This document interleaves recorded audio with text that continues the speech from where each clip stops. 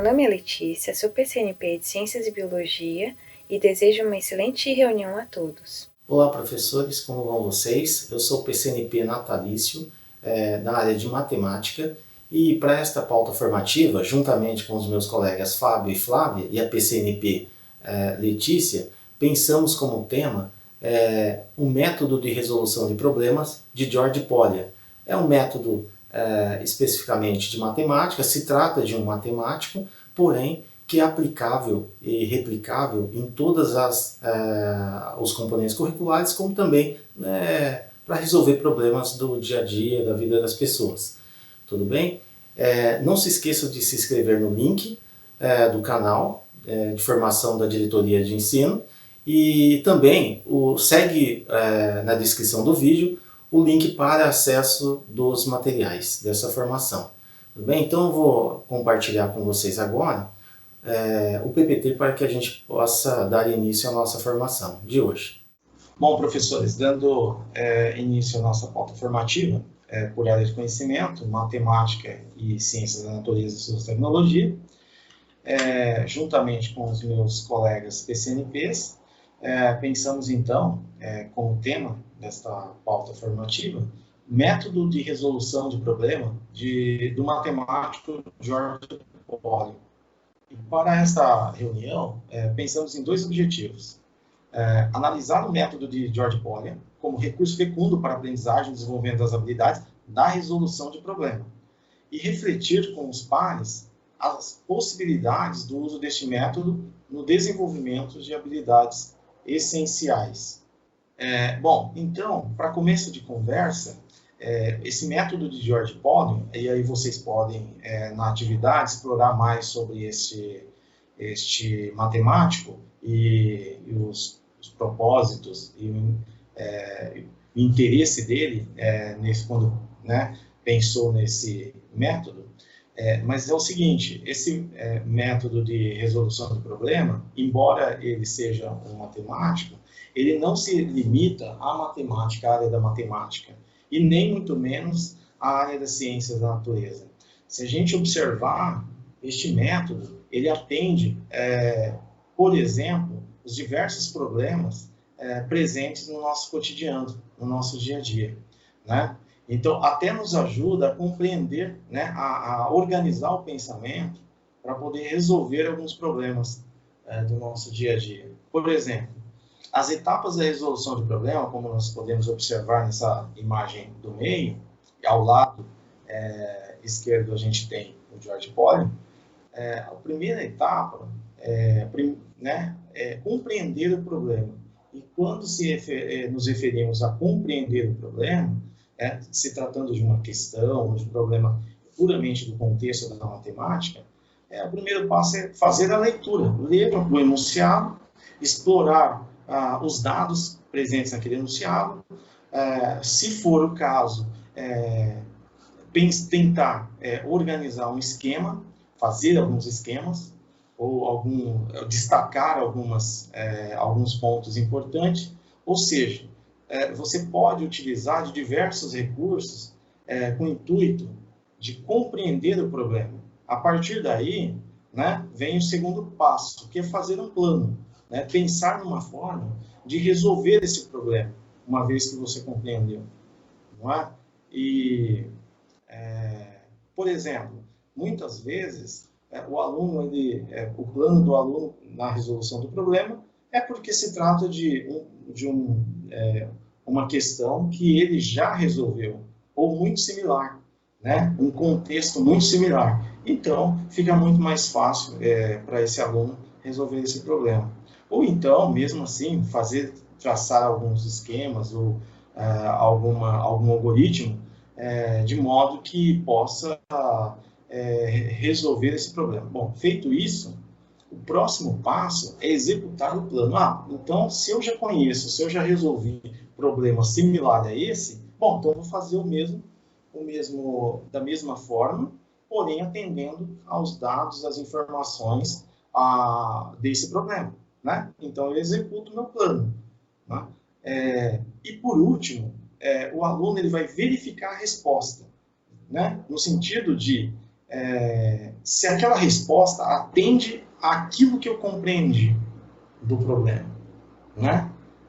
De repente, o aluno ele chega obtém uma resposta que é absurda. Por exemplo, no contexto da matemática, dependendo da situação onde está aplicada, ou até mesmo da física, uma velocidade, né, um veículo andando na cidade a 1000 km por hora. A gente vê, opa, tem algo estranho aí. Não é? Então, dependendo da resposta que ele obtém, também isso ajuda o aluno a tomar consciência de, será que aquela resposta atende ao problema né, inicial, ao que eu compreendi do problema? Muitas vezes, o aluno, a gente então pensa, muitas vezes o aluno ele acaba errando ou tendo dificuldade na execução do plano. Aí a gente pode parar para pensar. Em fazer o plano, pensar em algum algoritmo, alguma fórmula, ou algum esquema, ou algum modo para resolver o problema, ou o aluno ele apresenta a maior parte da dificuldade no compreender o problema. Então, essa é uma questão para se pensar. Em que etapa, normalmente, ocorre, comum, ou corriqueiro, o erro? Será que é na compreensão do problema? Será que é no pensar? No planejar? Será que é na execução? Se for na execução, aí a gente pode pensar até em nível de dificuldade. Se for na execução, eu acredito que seja muito mais tranquilo de ajudar esse aluno, porque ele compreendeu o problema, e se nesse problema está envolvido um conceito, então ele compreendeu o conceito. Né? Muitas vezes, a dificuldade do aluno não está no executar o plano, e sim no compreender o problema por conta de uma dificuldade conceitual. E, por conseguinte, se ele não compreende um conceito, ele não consegue utilizar de algumas habilidades para resolver o problema. Percebe, então, como as duas coisas são importantes, né?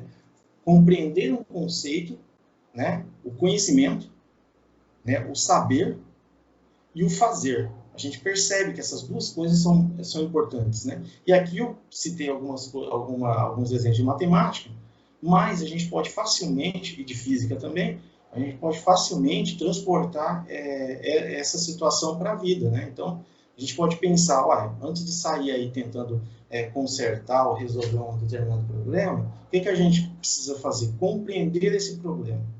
Levantar todos os dados, todas as características, tudo desse problema. E a partir daí, então, traçar um plano, executar esse plano e verificar se a resposta saiu a contento daqui, atende ao problema.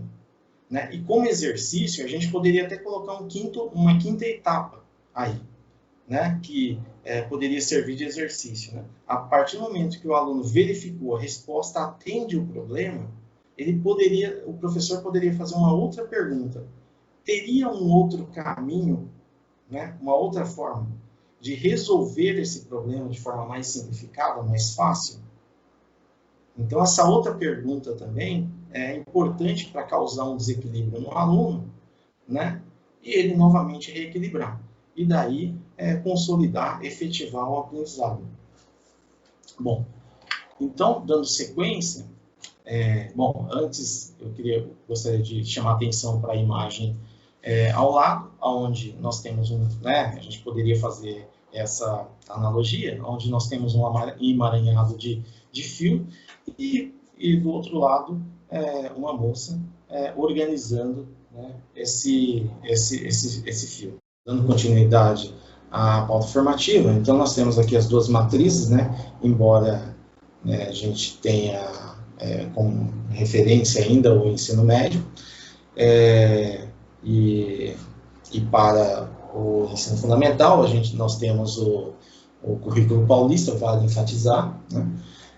Nessa atividade 1, a proposta é semelhante à da ATPC anterior que nós fizemos. Lembrando que as ATPCs, elas seguem a mesma dinâmica, né? A cada atividade, a gente pausa o vídeo, realiza a atividade e depois nós retornamos para a próxima atividade. E para tanto, nós contamos também com a colaboração do professor coordenador na mediação, né, por meio da plataforma que vocês estão mais familiarizados. Então, para esta primeira atividade, a proposta é pesquisar e socializar com os pares os objetivos do uso do método DPOLE, resolução de problemas, tá certo? Então, nessa atividade, vocês vão realizar algumas pesquisas e ela, então, acontece em dois momentos. Um momento, vocês vão pesquisar, né, de forma individual, sobre este autor, sobre este método, algumas características, alguns exemplos. Em seguida, vocês vão socializar pensando nas possibilidades e na realidade da sua escola, dos seus alunos. Tudo bem, então? Então, ó, lembrando, esta, por exemplo, é uma metodologia ativa, se vocês observarem, só para fazer uma conexão com a TPC anterior, tudo bem? E, para tanto, nós temos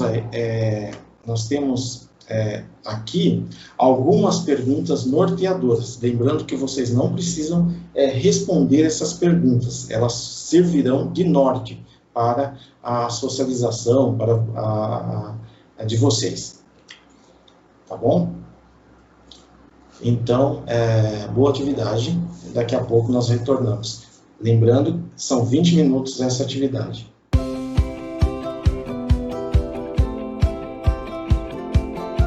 Muito bem, professores. Acredito que a socialização tenha sido muito rica com as experiências de vocês. Na atividade 2, a proposta é refletir com seus pares como utilizar esse método no ensino remoto, considerando o que já foi pesquisado e socializado na atividade anterior. Vocês terão 25 minutos. Para isso, pausem o vídeo. As perguntas norteadoras ajudarão a reflexão de vocês. Boa socialização!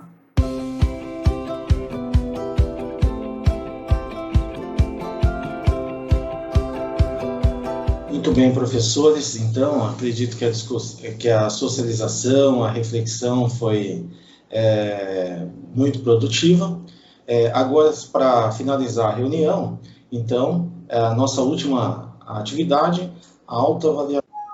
Né? E, novamente, vale lembrar que o link, caso tenham dificuldade em acessar o formulário pelo QR Code, está na descrição do vídeo, tá? Tudo bem?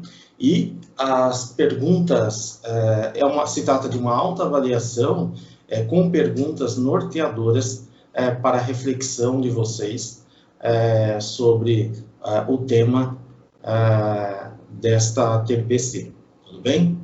Então, no mais, eu gostaria de agradecer a colaboração do professor coordenador e a participação, o envolvimento, a contribuição de todos com esse tema.